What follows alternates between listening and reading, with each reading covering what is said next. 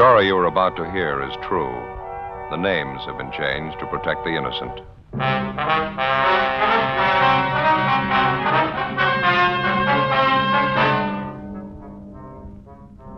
You're a detective sergeant. You're assigned to robbery detail.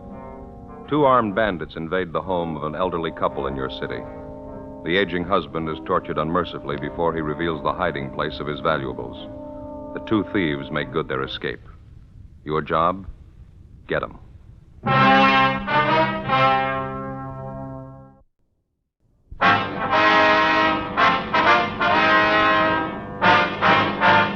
Dragnet, the documented drama of an actual crime.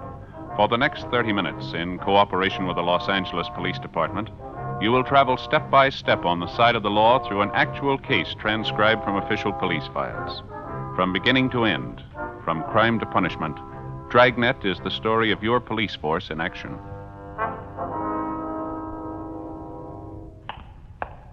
It was Saturday, October 3rd. It was hot in Los Angeles. We were working the day watch out of robbery detail. My partner's Ben Romero. The boss is Harry Didion, captain of robbery. My name's Friday. It was 11:38 p.m. when I got to Georgia Street Receiving Hospital, room 5, treatment room. Joe? Hi, how's it going, Ben? We're not going to be able to talk to him anymore tonight. Doctor said maybe late tomorrow morning. How's the old man making out? He's resting a lot better. Doctor gave him a sedative. Old fellow sure had a rough time. Well, how about since I've been gone? Did he tell you anything else? No, just kept repeating the same thing. 2 guys forced their way into his house, beat his wife, tortured him, took all their jewelry. That's about it. Yeah. Well, I put in a call to the office. I got a broadcast out on the information that we have. There's not much to go on. We should be able to pick up a little something more tomorrow. Doc said it's been a long time since he's seen anything like this, where they worked old man over. Well, what'd they do to the fellow's hands, anyway? The doctor able to tell? He thinks they used a hat pin on him, something like that. It's sharp and thin. At least a dozen wounds in both hands. He's pretty badly burned, too. Yeah. It's hard to imagine somebody that cold-blooded. 71-year-old man, soles of his feet a mass of burns. Wonder his heart stood up through the beating I gave him. Was he got a weak heart? He's had a little trouble, yeah. Terrific shock going through something like this at his age. Well, maybe we better check back at their house, huh? See how the old fellow's wife is doing, huh? Yeah, right. How's it shape up for you? Well, there's not an awful lot to go on yet. It wasn't a shot in the dark. I think we can count on that. Whoever the thieves were, they had some kind of an inside tip. The old man and his wife, well, they don't put up much of an appearance. You wouldn't be apt to figure that they had $3,000 or $4,000 in jewelry put away at home, would you? Maybe his wife might have some ideas. Sure is a lousy shame. Yeah. Yeah, you might halfway understand it. They just held him up, but working him over the way they did. There was no sense to it at all. Trying to show off what a couple of rough bums they are. Maybe that's it. Well, then let's do them a favor. Let's show them what it costs. Ben and I got in the car and drove back to the Westlake Park area to the home of the robbery victims, 71-year-old Wendell McClung and his wife, Catherine McClung. It was a 1-story wooden frame building, gray shingled, a typical modest 4-room bungalow. The men from Unit 31R who'd answered the robbery call were still there, standing by. Another pair of men from robbery detail, Powers and Gonzalez, were checking the neighborhood for possible leads on the suspects. Inside the house, Ben and I found Mrs. McClung propped up in an easy chair in the living room. She was a small, chubby woman, gray-haired, looked to be in her 50s. We assured her husband's condition wasn't critical. Outside of a small bruise on her forehead and a case of nervous upset, she seemed to be all right. In recounting the story of the holdup, Mrs. McClung told us the 2 bandits rang the front doorbell and forced their way into the house at gunpoint shortly before 8 o'clock that night. How about the color of their hair, ma'am? Their weight and the height? No, I hardly saw a thing. Just that one look at them when they first pushed their way in. Well, how was that, Davy? Blindfold you? Guess they might just as well have. You see, when they started to hit Wendell, my husband Wendell, knock him down, I went after them, and one of them slapped me right across my face and knocked my glasses off. I see. I reached out to find them, but before I did, I guess one of those gangsters stepped on them. $35 glasses, broke both of the lenses, just ruined the frames. Now, look at that. Of course, I can't see a thing without them. That's why I say I might as well have been blindfolded. And you didn't have a chance to notice what kind of clothes they had on and what they looked like at all? Well, they weren't shabby, I know that. Pretty well dressed, if memory serves. Both of them in dark suits. If only they wouldn't have broken my glasses. How about their voices, Miss McClung? Anything unusual about the way they talked? Anything that they might have said? Miss McClung? No, I was just thinking. One's name was Sam, I remember that. The other one had sort of an accent of some kind, maybe from the Midwest or maybe Texas, one of those funny people.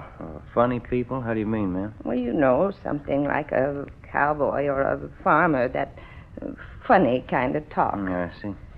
Well, I guess I really should be inside fixing you men a cup of tea. Maybe if you'd just help me up That's here. all right, ma'am. You just sit there. When my sister Dolly gets here, it shouldn't be too long. I'll have her fix something. There's no need to bother, ma'am. We'd like to have you tell us this if you can. Did your husband do anything at all to provoke the two men? I mean, did he call out for help or try to get to a phone, anything like that? It was the jewelry we had, Wendell and I, just those few pieces. The two men seemed to know all about it, just as if they had a list of the things. That's all. Yes. When they first came in, they took my engagement ring and old brooch that belonged to my mother I was wearing. Then they got Wendell in that chair over there and tried to make him tell where our other things were. Well, now, is it pretty common knowledge around the neighborhood here that you and your husband own expensive jewelry, ma'am? No, I don't think so. What the men seemed most interested in was Wendell's ring, his diamond signet ring. It was a beautiful thing, 4 carat. Yes, ma'am. We've got a description on that. That was when they tried to force your husband to tell them where it was hidden, is that right? I never thought anybody'd be that cruel, officer. Downright cruel. They burned his hands and his feet, kept hitting him in the face with their fists.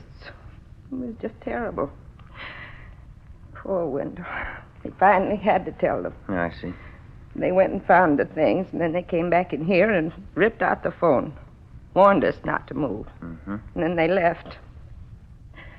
I just broke down and cried, officer. To see poor Wendell there, the way they abused him. Yes, ma'am, we understand. You're sure he's going to be all right? What did the doctor say? Well, he said there's no danger, ma'am. Mr. McClung's resting comfortably now. Well, that must be my sister You want to Dolly stay now. right here with Ms. McClung, Ben? I'll get that. Yeah, right. Joe, Hi, Jess. You and Powers do any good? I've been checking through the neighborhood 3-4 blocks around. Not an awful lot. A lot of people know the McClungs. Few of them know about their having jewelry. None of them saw anything unusual going on tonight. The thieves used a car. We know that. Didn't anybody at all spot it? I'm not sure, but there's one possibility. Some of the neighbors said a young kid was peddling magazines down this block tonight, just about the same time as the robbery. He might have spotted Well, that's something. fine. Where is the boy? Where's he live? Well, that's what we asked the neighbors. Yeah? Nobody knows. A supplementary broadcast in an APB was gotten out containing what description we had on the two hold-up men, plus descriptions of each article of jewelry taken from Mr. and Mrs. McClung. The following morning, along with Jess Gonzalez and Johnny Powers, we continued canvassing the immediate neighborhood of the holdup. The only thing we got was a fair description of the boy who'd been selling magazines the night before in the vicinity of the McClung house, and also the names of the magazines he was peddling. Monday morning, 9 a.m., we got in touch with the local distributor for the publications, got a list of 5 boys who sold for them in that general area, and started checking them out. Third on the list was a Bill Newsom, a sophomore student at a nearby parochial high school. He lived a half a dozen blocks from the McClungs. We checked at his house, but his mother told us he wasn't at home. I'm sure Billy won't be long. Thank you, ma'am. Right in here, officer. Just go ahead. Oh, thank you. Sit down, won't you? Thank you very much. It must be him now. Billy, in here. Yeah, Ma. Come in here, Bill. 2 police officers to see you. Huh? Bill, this is Sergeant Friday and Sergeant Romero, my son Bill. Now you How do you do? Would you excuse me? I'm going to have to start fixing dinner. You go right ahead and have your talk with Bill. I'll be out in the kitchen. All right, ma'am. Thank you very much. You speak right up now, Bill. Try and help the officers all you can. How can I help you? What's it all about? We understand you have a magazine out in the neighborhood, Bill. Your mother tells us you were out selling this last Saturday night. Yes, sir, that's right. Thursdays and Saturdays, they're my regular nights. Mm-hmm. I don't really sell, though. How do you mean, son? Well, you see, I line up all my customers ahead of time. I got a regular list of people they buy from me every week.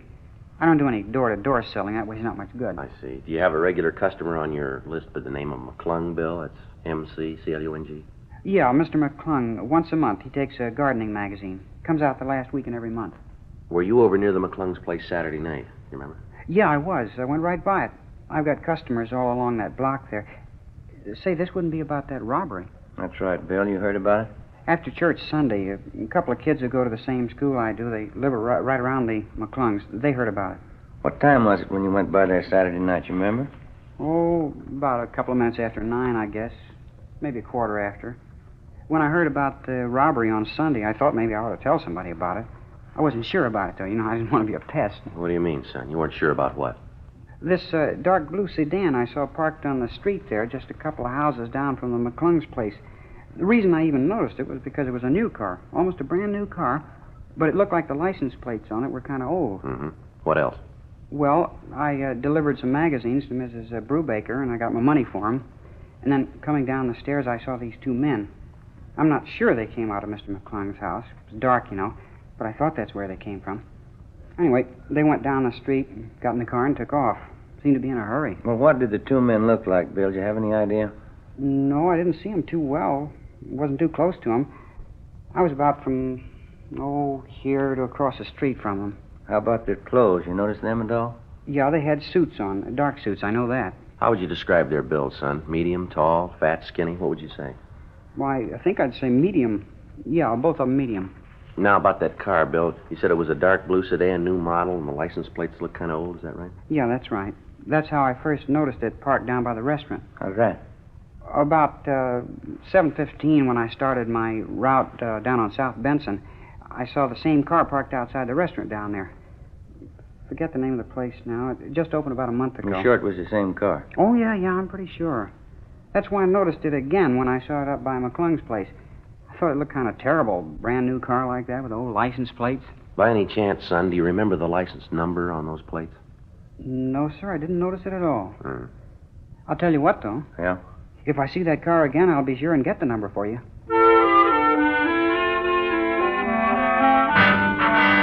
Before we left the home of 16-year-old Bill Newsom, we got a complete description of the car which he'd seen parked near the McClung's home on the night of the robbery. He told us it was a 1950 Hudson, four-door sedan, dark blue, white sidewall tires. We relayed the information downtown to robbery detail. After we left the boy's house, we drove to the vicinity of the restaurant on South Benson, where the Newsom boy had first spotted the Hudson sedan. After making the rounds of several bars and coffee counters in the area, we started checking at the restaurant. It was newly opened, just as the boy had described it, full of glass brick and fancy modern stonework. The main bar was situated just off the lobby, set apart from the main dining room. We interviewed the head bartender, and he thought he remembered serving two customers, answering the general description of the hold-up men on the previous Saturday night. Not a bad-looking pair. They're in a little early, around 7:15, 7:30. They seem to be all right. Do you remember what they looked like at all? No, I didn't notice them that much, officer. Can you give us some general idea? Or on the young side, I guess. Not more than 28, 30. One of them talked like a Midwesterner, I think. You know, maybe Arkansas, Texas, someplace like that. Well, could you give us any idea what they were wearing? Would you remember that? Both had suits on, dark suits. One had on a gray hat, and that's about all I remember.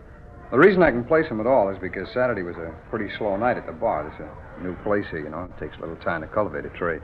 Well, did these two men stop for dinner here? Do you remember that? No. They sat right here at the bar and had a couple of beers, and then they left. No dinner. Did you wait on them, sir? Yes, sir, I did. I served them both a bottle of beer, imported Dutch beer. Do you serve quite a bit of that imported beer, do you? No, not here, no. It's mostly cocktail trade. These two fellas are the only ones I remember asking for. Well, do you remember if the two men handled the beer bottles at all? If they handled them? Well, I mean, did you pour it? I filled up their glasses and set the bottle down. I guess they did handle them. They emptied the bottle. I see. But they'd almost have to, wouldn't they? Would you still have those two bottles on hand? Let's see. Today's yeah, I guess I would. They don't pick up the empties till sometime around the middle of the week. We'd like to take a look at them, if you don't mind. Oh, sure thing. You guys just want to follow me down the bar here? It's in the storeroom just in back. All right, let's go. It's right back here, officer. Fine. Let's see. Yeah, they're right over here. There you go. Holland label. Only ones in the whole case. The same two I served those fellas. Yeah, I see. What do you think? Fingerprints? Maybe. And as soon as you get the fingerprints, you can pick them up, can't you? Yeah, when we find the men they belong to. Monday, 6 p.m. We called Leighton Fingerprints, and they came out to check the evidence. First, they obtained a set of the bartender's fingerprints to serve as a basis for comparison. Then they dusted each of the empty beer bottles carefully. After the various sets of prints were lifted off the bottles, the men went back to the office to run the sets through, classify their findings, and then turn them over to R&I for further checking. While they worked on it, Ben and I ducked out and had a sandwich and a bowl of soup for dinner. 7:25 p.m. We got back to the city hall. I sure am getting tired of the kind of food that guy serves, Joe. It seems to get worse every time I go in there. Yeah, wasn't very good, was it? I'm willing to bet I know his formula for the soup. 2 gallons of hot water and 1 bouillon cube. Well, I've gone and done it before. I may still do it again. What's that? Bring my dinner from home in a paper sack. Pack a thermos full of hot coffee. Be a better deal than across the I street. don't know about that. You remember the last time you had your wife fix you up a thermos full of coffee? Yeah, I almost forgot. Wasn't any better than the stuff across the street. Hi. Where you two been? Hi, Jess. Getting something to eat? Leighton Prince called just a minute ago. Told him I'd give you the message. What's that? Well, the prints they lifted off those beer bottles, checked them through the record bureau. Yeah.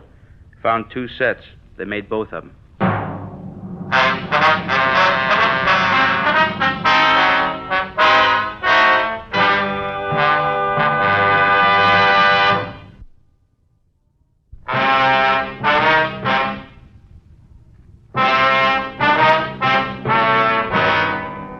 October 5th, Saturday, 7:40 p.m. The 2 sets of fingerprints which had been lifted from the empty beer bottles were checked through R&I and identified as those belonging to 2 known criminals. The first was Henry Vincent Moss, WMA, 29 years old. He'd served 2 terms in the county jail for burglary and grand theft auto, and 1 term in San Quentin for robbery. The second was Ernest Robert Windsor, WMA, 28 years old. His home was listed as Little Rock, Arkansas, where he'd twice been convicted on charges of first-degree burglary and served time at the Arkansas State Penitentiary. We pulled the packages on both of the men, checked the last known addresses, but failed to locate either of them. To double-check their identification, we showed mugshots of Windsor and Moss to the robbery and torture victims, Mr. and Mrs. McClung. They gave positive identification of both men. So did the bartender at the restaurant where they'd stopped for the beer. We got out a broadcast and an all-points bulletin on them immediately. We began the routine legwork, checking with all the friends, relatives, and associates who were listed on the mama sheet in each suspect's package. As usual, it was a long, monotonous haul. One of the persons listed as fairly close to Ernest Windsor was an aunt of his, a Mrs. Marie Rolfe, whom we located at her home in the Echo Park district. No, I haven't seen Ernest in almost a year, Sergeant. What is it you want him for? I'd like to talk to you about it a few minutes, Mrs. Rolfe, if you don't mind. I don't know how I can help you. You can come in for a minute if you want. I've got to go out and do some errands pretty soon, though. It's all right, ma'am. Thank you. Right in here. Sit down if you want. Thank you very much. Just got finished taking care of my little children here, giving them nice, clean cages. Good singers. They all canaries, ma'am? Oh, yes. Oscar and Ethel, that's these 2 here. They're both genuine rollers. Their grandfolks came from Germany. Beautiful singers. Wonderful company. Yes, ma'am. My others are pretty, too. They're only choppers, though. Ma'am? Choppers. They're different than rollers. They sing much louder. Maybe not as nicely, but I don't like to play favorites. I like all of them. You have birds, Sergeant? No, ma'am. You should. I think everybody should have a canary in the house. Cheerful, you know. Wonderful company. Don't know what I'd do without mine. About your nephew, Ernest, Ms. Rolfe. Have you any idea at all how we could contact him? As I say, it's been almost a year since I last heard from him. What would this be about, Sergeant? Just a routine investigation, ma'am. We understand that you're quite close with your nephew, that he lived with you for a time. Yes, that's right, he did. When you come right down to it, Ernie's a good boy. He kept bad company, that's what I always said. Got him in trouble 2 or 3 times. I suppose you know that. You live alone here in the house, do you, Ms. Rolfe? Yes, that's right, Sergeant. See, I'm a widow. Husband's gone a good many years now. You don't take in boarders or anyone like that, do Oh, you? no. Just me and my pets here. They're company enough. I wonder if you'd explain that laundry piled up in the bed there in the next room, ma'am. What's that? The men's shirts, stockings, the underwear, they're right there in the bed there. Well, I usually try to keep things in better order than that. It's just some laundry I do, Sergeant. Little odd jobs for some of the bachelor men in the neighborhood. I do it as a favor for them. You're sure about that, Miss Rolfe? Ma'am? What do you want Ernest for? Why do you have to chase after him all the time? Persecute him? We're not persecuting him. Ever since he's come here from Arkansas, it's been nothing but police chasing after him. Can't you give Ernie a chance? All he wants is a chance. He told me so himself. We've checked through his record, Ms. Rolfe. He's had all the chances in the world, and nobody's persecuting him. Then why are you chasing him again? Hunting him down? Why don't you leave him alone for a spell? Give him a chance to get a job, do something. Why are you chasing him? Well, this is a robbery charge, Ms. Rolfe. He's been positively identified. He and Henry Moss forced their way into an old couple's home a few weeks back. They tortured the old man, then they beat him till he was unconscious. That's what we want Ernie for. How'd you know it was Ernie? You could have made a mistake. No mistake, ma'am. The victims identified his picture. There wasn't a doubt in their mind. And where is he? You sure that's the truth? You sure it's Ernie again? Yes, ma'am. Again. You can have all the proof you need. And the last time he told me he swore on the memory of his own mother. He swore he wouldn't do anything wrong again. I guess I just don't know Ernest. Where is he, ma'am? You want to tell us? It's the last time, Sergeant. I'm sorry. Ernie's had his last time. Yes, ma'am. He's sleeping. The room over the garage. You'll find him there. Ernest Windsor was apprehended and placed under arrest. His room was searched, as well as the entire home of his aunt, Mrs. Marie Rolfe. We failed to find a trace of any of the jewelry stolen from Mr. and Mrs. McClung. After we made arrangements for a stakeout on the house, Windsor was taken downtown to the interrogation room, where Jess Gonzalez, Ben, and I questioned him for 5 hours. He refused to tell us anything. At a special show-up, he was positively identified as one of the hold-up men by the two victims. Windsor was booked at the main jail on suspicion of 211 PC. The investigation went on. Every possible lead on the other suspect, Henry Moss, was checked out. We got nowhere. It was obvious that either Moss was in possession of all the jewelry stolen from the McClungs, or it had been hidden away someplace, known only to Windsor and Moss. From time to time, we had Windsor taken from his jail cell for questioning. It wasn't hard to tell he was bothered with the possibility that perhaps Moss had run off with the entire loot and was enjoying himself while Windsor spent his time in jail. We worked hard on that particular angle while we questioned him, but Windsor still refused to break, to give us any kind of a lead on Moss. A month passed. Wednesday, November 8th. Sure working out into a dull routine. A full month. We got exactly what we started with. Yeah. If we could only get Windsor to break it, it'd sure do a lot toward wrapping this thing up, wouldn't it? I don't know what he figures he's going to gain, but keep him quiet. Yeah. Gonzalez and Johnny Power said they were checking out a tip from some informant this morning. Supposed to know where Henry Moss is. Wonder if they found any luck. They ought to be back by now. Yeah. Go ahead. Hey, Jess. Oh, hi. How about it? Did you do any good this morning? Oh, not a bit. Informant didn't even show up. Johnny's going to meet him this afternoon. Doesn't look to be very much. How about you fellas? The same, Jess. We're going as slow as you are. I get it. Robbery, Friday. Yeah, George. Uh-huh. 3rd and Main? You sure, huh? Right, yeah, right away. Well, maybe we got a break. What is it? Henry Moss. He tried to hock a ring at a pawn shop, 3rd and Main, about 20 minutes ago. He make it? Well, the pawnbroker stalled him. He didn't know for sure that the guy was hot. Well, how's it stand? Moss said he'd come back to close the deal. When? Half an hour.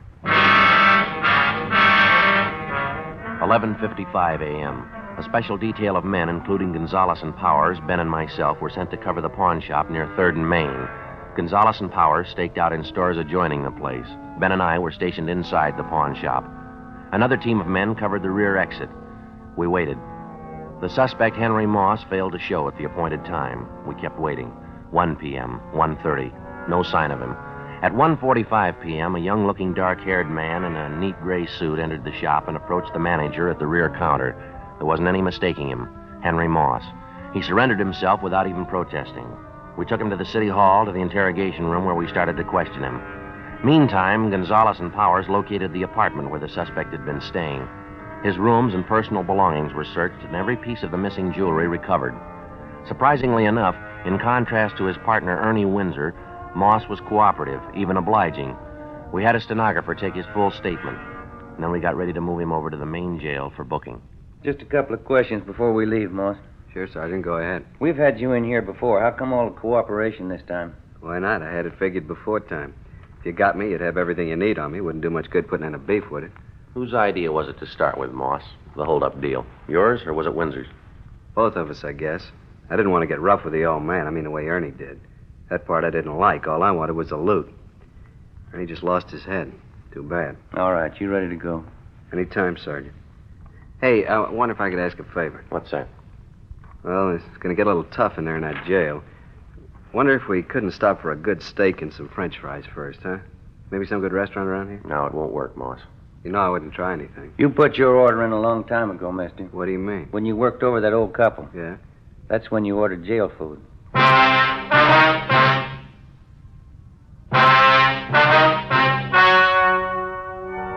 The story you have just heard was true. The names were changed to protect the innocent. On March 2nd, trial was held in Superior Court, Department 88, City and County of Los Angeles, State of California. In a moment, the results of that trial.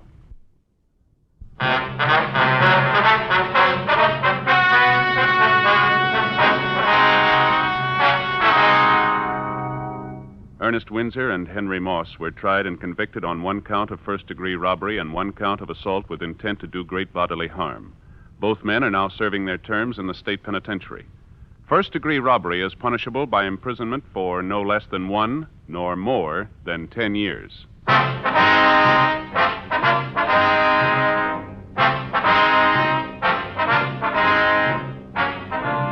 You have just heard Dragnet, a series of authentic cases from official files.